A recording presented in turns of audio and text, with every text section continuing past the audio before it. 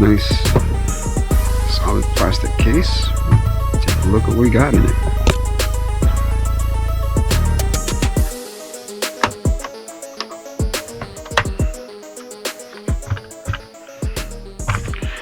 Alright, so let's start at the top.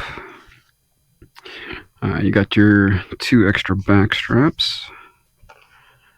These are medium and large. I think large and medium. I think it's already got the small one on there. You got the punch. My hat keeps hitting this darn camera and wire, so apologies if there's any shaking. Let me just take a look. Dang wire. Let me move this.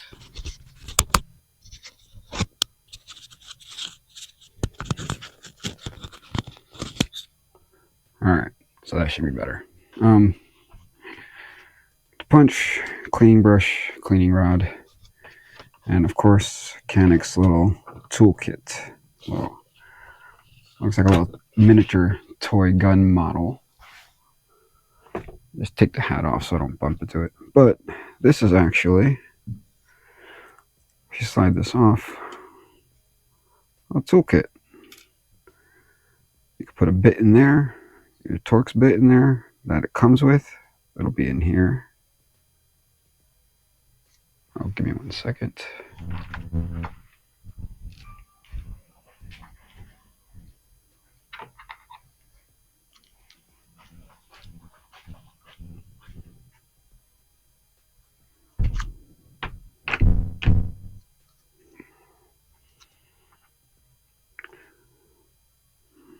All right. So we got this thing. Figure out what that is.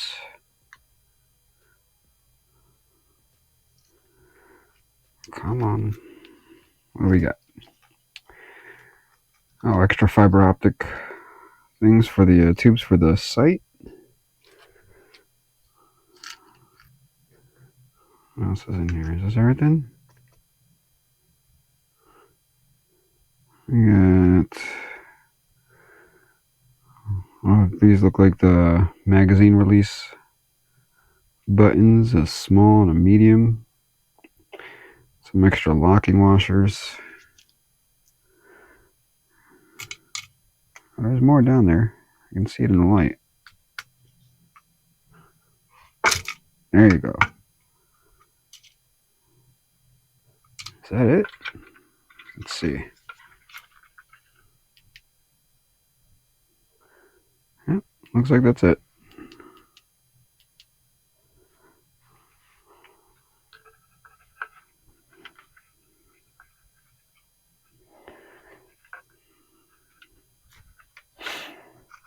Alright, so what do we got? We had the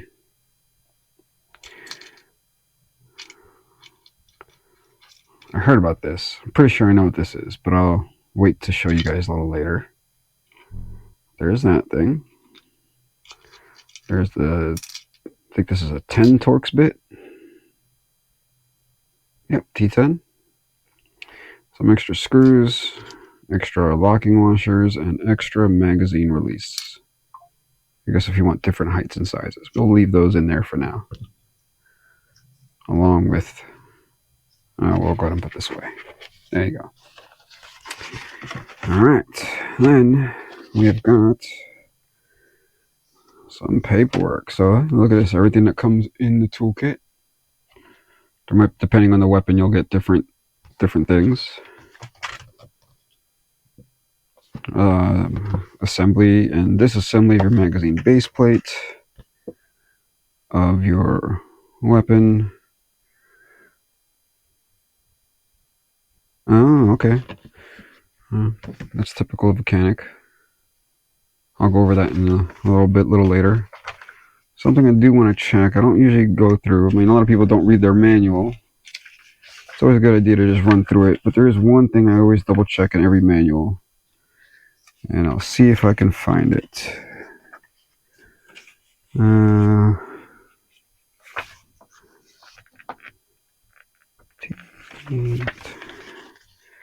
Pretty sure it's going to be 10 since you're using a T10 Torx bit. But what I like to look through is find what D10 torque key. Okay, Windows elevation. Pretty sure it's going to be 10. No more than 10. I'll confirm that and then just retighten all the screws a little later. So I usually look through to see what the recommended, when it comes to plates, when it comes to optics, when it comes to anything you're putting on there, what is the recommended torque bit, pounds per inch pressure, pounds per square inch, whatever that is. All right. Good stuff to look through a little later. Okay. Now, let's look at this. We got standard locking mechanism for your trigger. Got the chamber flag. Put that back. We're not going to use those. This is one of two. There's 18 round magazines. If you can see it there. So this is an 18 plus 1. Of course, speed loader no one ever uses. Some people might. I don't know. I don't use it though. We got, oh yes, heard about these. So these are two metal magazine base plates. The ones that come with it are not metal, obviously. I don't know what material that is. That's not metal, plastic most likely. We get two of these. Why they don't just ship with them on, I don't know. But we will change these out. Alright, we also got the optic plates. These are different base plates. So the first one, R01, Canik 02, Dr. Sights, Vortex Viper. Not going to be using that. This looks like your RMR plate, R02. Tell because it's got the two nubs on there. And that's the one we're going to be using. And R03 does not come with this. This will be R04. Canik MO1 Shield Blue Paul Delta Point Pro. And this will be your R06, R05 sold separately, Aimpoint Acro. This is your Sig Sauer Romeo 3 Seymour RTS. And this one is actually also your RMSC, your shield footprint. But this is the one that comes, that's unique to the Darkside. It does not come, maybe they changed it from what I understand, but I mean, from what I understand, it does not come with your Rival Gray one. This is your RMSC shield footprint, but it comes with a plate that has a rear, blacked out rear sight here, serrated, for co-witnessing. I'm not going to be putting on the RMSC today, so we're not going to be using that. We'll set this one aside. I am going to use this. All right. What else we got? Oh, yes. Magwell. So it's already got a flared Magwell, but this is obviously an even more bigger flare for it. We'll attach that a little later as well, so I'll set that aside. All right, so here it is. Typical with every Canik, it comes with a holster. Not the best holster, not the worst holster. It's an outside the waistband holster. I don't know, it's not ambi. Wow. I guess it's not ambi. Right-handed, outside the waistband holster. It's not the best, it's not the worst, but I'm actually probably going to use this for a while. I'm actually waiting for this holster company out in Kentucky, Black Ash Tactical, to make one for the Canik Rival. I have one of theirs for my Glock 19. I had a really good experience with them and the owner Ben. So I can, just really good experience. It makes me want to buy another holster from them. I don't have it here. Oh, hang on. So this is the Glock 19 holster that I got from Black Ash Tactical. I love the look. And just dealing with Ben in general was a great experience. So he doesn't have any for the Canik Rival yet, but I asked him about it. Responded pretty much immediately. Said that it is one that he's getting molds for. He'll have some soon, so I'm going to wait until he gets it before I go ahead and switch holsters. I can talk holsters all day. I can make a whole nother video about holsters and my holster journey. Any of you own a pistol, any of you own guns, you all have a box of holsters somewhere. You've all had the same holster journey, I'm sure. All right, so here's the holster. Let's take a look at the Rival. Now, out the box. So, magazine empty, weapon clear. All right, there's another 18 rounder, plastic bottom. We're going to change that out too.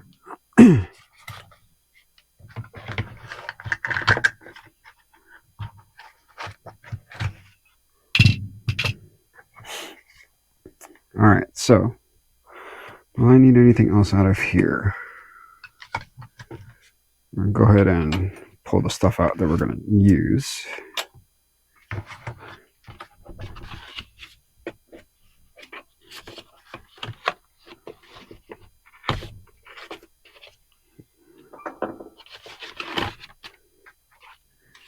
I'm on the small table right now, so we got to make sure we've got the room.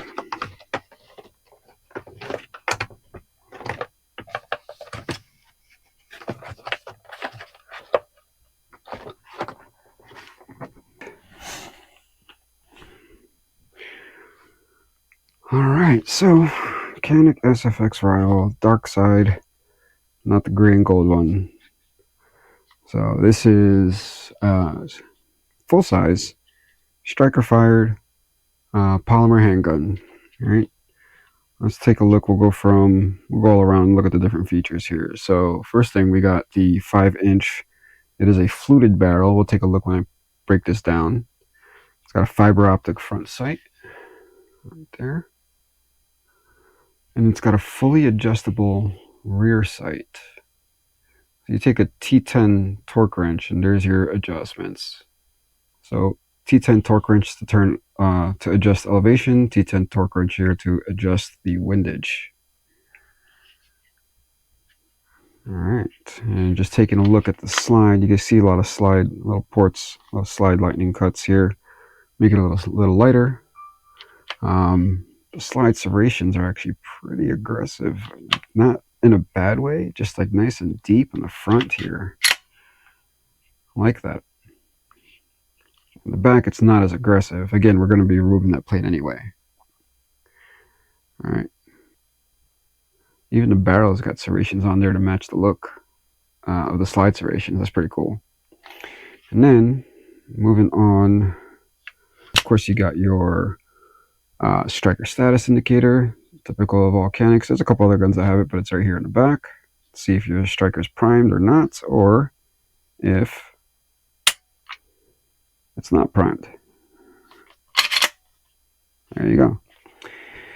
All right, so let's go down to the frame now. You've got your Picatinny rail, mounting, lights, lasers, anything else that anybody would like to mount. Totally up to you.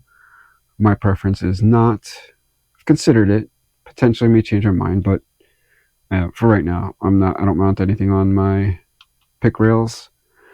We've also got, let's see, the long. All right, so this is your slide lock, slide release right here. It's typical of Canik, that design, that really long slide lock, slide release, and it's ambi, of course. You got your takedown, nice big takedown lever right here. All right, then we get the really large magazine release. So it looks like, I know we've had other ones here. Are these big? These are bigger. Yeah, this is the medium. It says so right on the side there. There's the small. This is the medium. So it has a small on there. Little mag release extensions. I wonder if I could just take this off. I don't know if I need that. It doesn't necessarily interfere with any operation, but I don't know. We'll take a look. Little memory pads for your fingers and thumb. That's pretty cool. The trigger guard is decently large, nice and squared off. It's got the serrations on the front, nice and squared off trigger guard, undercuts, double undercut. Really nice. There's the flared magwell, and of course, like I mentioned, you have the more extended flared magwell here that we will go ahead and be installing. Here is what Caniks are really known for out of the box. They're great triggers. A flat face trigger. Look how wide the safety shoe is on the safety is on the trigger shoe. It's almost the whole thing. I actually like how that feels. We'll see what it's like in action though. But let's take a look. Here's the safety. There's the take up. Bit of a take up. Nice wall at almost 90-degree angle right here. And then nice quick, nice break, crisp break on that wall. And the reset right back at 90. That's good. That's what Caniks are known for. That's great. All right, let's see what the pull is on it.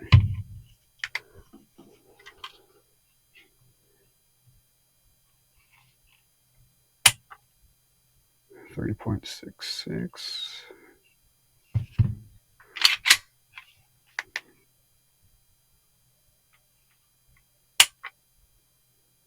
think I did a little more on that, but that's 4.04.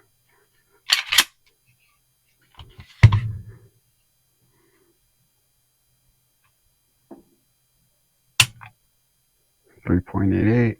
We'll do two more. Looks like between 3.5 and 4.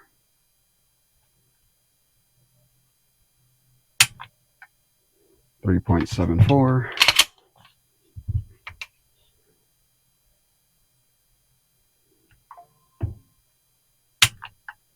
4.02. About 3.5 and 4. It's good. I don't think I need to do anything to change that. I love that trigger pull. Alright, so gun itself is about 8 inches long, 1.4 inches wide, although that the mag release does stick out. It comes in a weight of 29.5 ounces. So for comparison, here's my Glock 19. Alright, this is my compact. There's their size difference. Again, the SFX Rival is a full 5-inch barrel. I think the Glock 19 is only 4, just over 4, it's 4.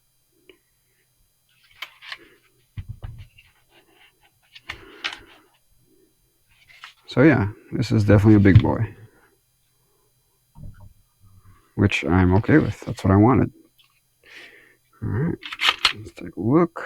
Slide lock, slide release. It's great.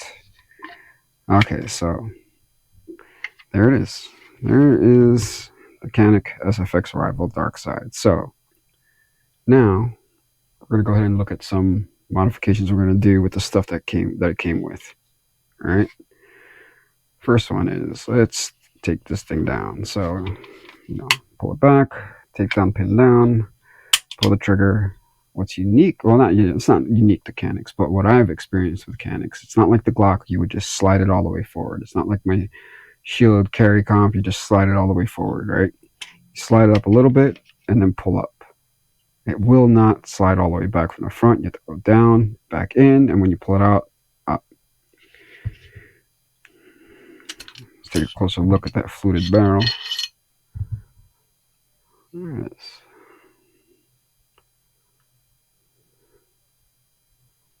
I like the cuts on it. It looks great.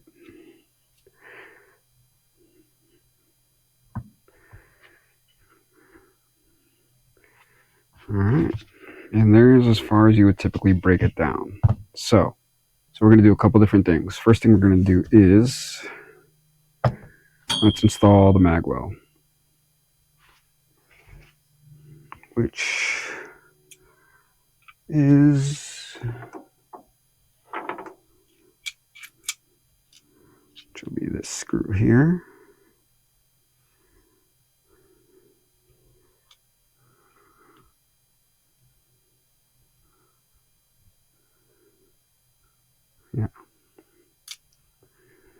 So to install the Magwell on your Canik SFX Rival,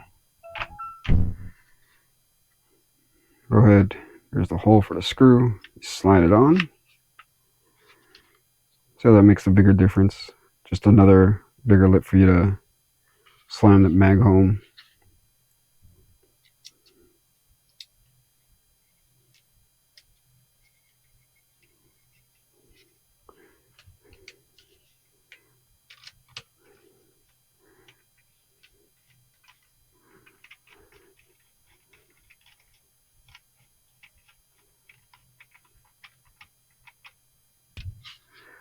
And it's on there.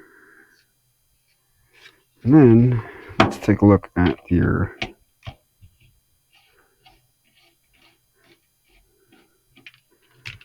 mag extension. So there. It's even got underneath, that does have the texture you feel. I don't think I really need the extension at all. I'm just going to go ahead and put that small one in there. Leave it like this. That'd be great. Let's put that aside. So, to replace the plastic mag base plates with the metal ones that come with it. Typical mag base plate. Look right here. Push. You're gonna have to push this down. I'm using the punch that comes with it. Push this down and slide it forward. All right. Now, when you're doing it, make sure when you slide it forward, just do a little bit first. Put the tool down. Put your finger over this. You don't want that spring to jump up and hit you in the face. Let it off nice and slow. So for these, you need to, it's just clipped. If you look here, there's a little, if you could see it, there's a little spot where the spring will be tucked in under here on both sides. So you remove that, set that aside. Now you got your metal base plates, all right? So ultimately you want this lip to be facing this way, hanging on the spring. So you're gonna have to feed it in. Easiest way to do this, to remember to do this, is we leave it face up because you got to feed the spring through it. Leave it pointing towards the outside. And go ahead and slide it in all the way through and there. Now it's ready and it's on there. And it does go face up here. Now this, so make sure you keep this tab on the outside. This is how this thing locks. Okay. So what we're going to do is we're going to slide. Let me figure this out here. Okay. We're going to push this down and slide this on. And this gets tucked in back behind this lip on the outside. So that'll prevent it from sliding off. So we're going to go ahead and push this down. Keep that little lip on the outside.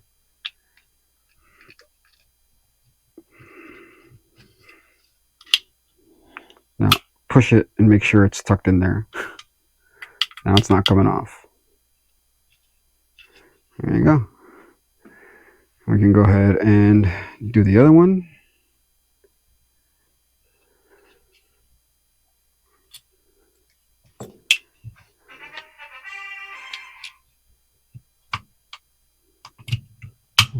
What was that?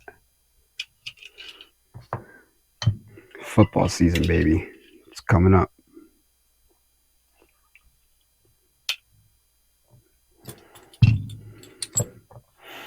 All right, again, face up, pointing to the outside, slide it on.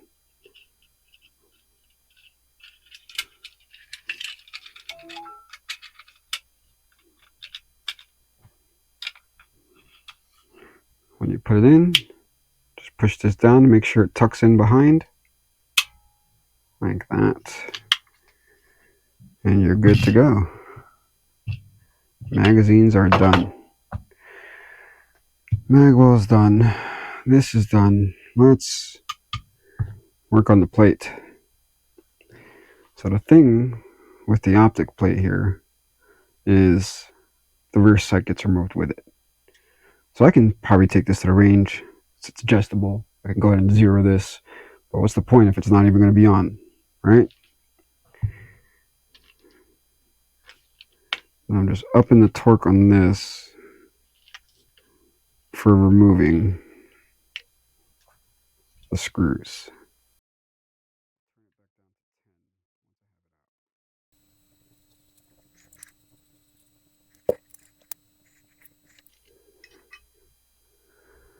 There you go. Put that one there. This is how this plate's going to go in. Oh, you know what? When you're removing it, see these lock washers? Make sure these come out.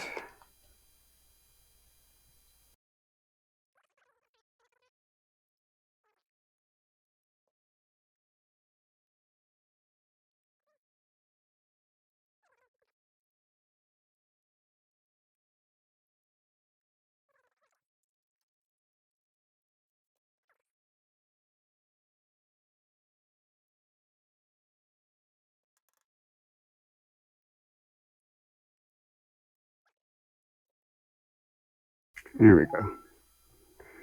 Jeez, make sure you get those.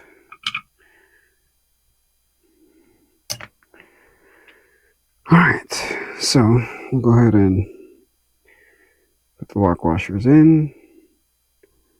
Teeth side up.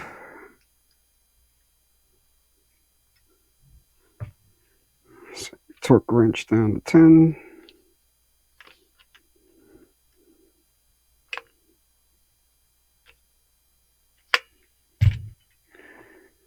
And these screws should be the same. I think these are just spare screws that came in the tool gun.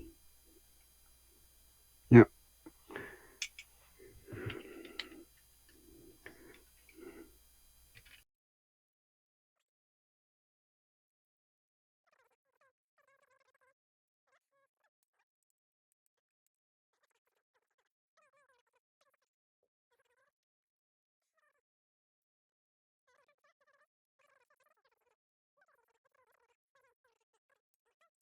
So,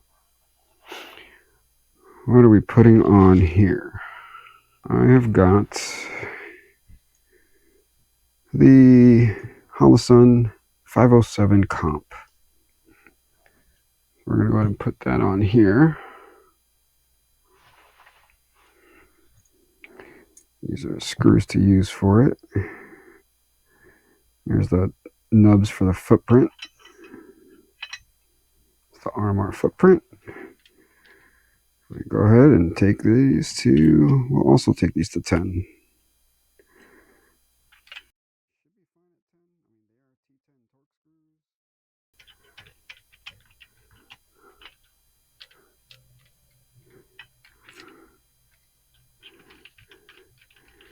I'm using the longer screws that come with the 507 comp.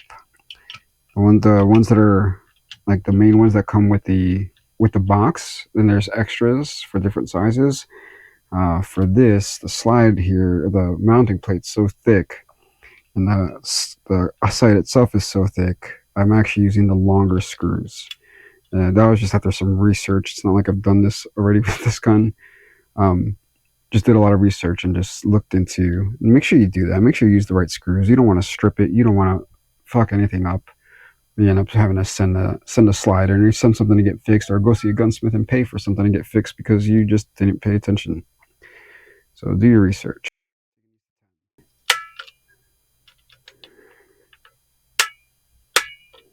There you go.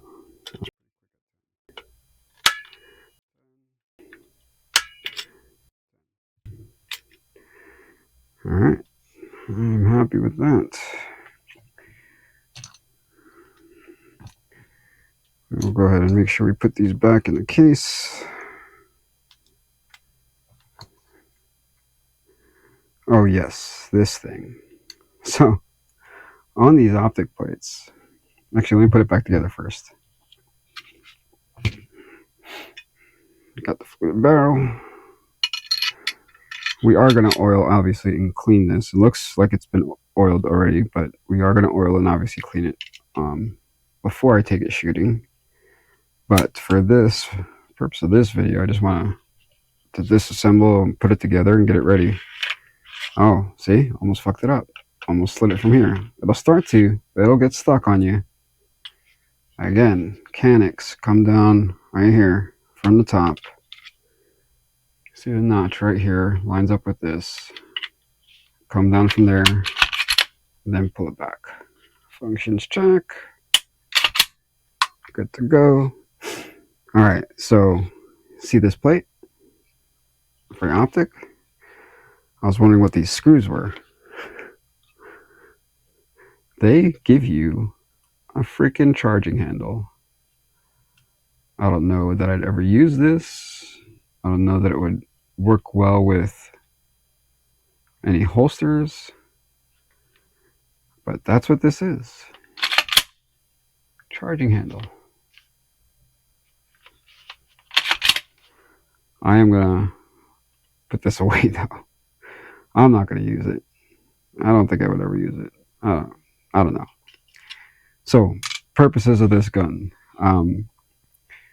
Canik promotes this, and a lot of places talk about it as being an entry-level competition gun, or like a budget competition gun. You know, those competition guns, 2011s are running fucking $2,000 to $4,000 out there. This thing was MSRP less than $1,000, less than $700 even, before taxes and all that. So, very good budget. We'll see how it shoots. I've heard things. But you know, of course, you research, you hear things, you look stuff up.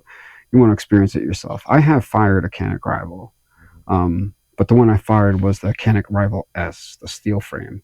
Haven't fired the polymer yet, so I will take this down to a range. So, do want to do a full-on range day, outdoor range. That's probably going to come within the next month and a half. We'll see what physical therapy is like. We'll go ahead and review it then. We'll take a look how it fires, and I'll let you all know.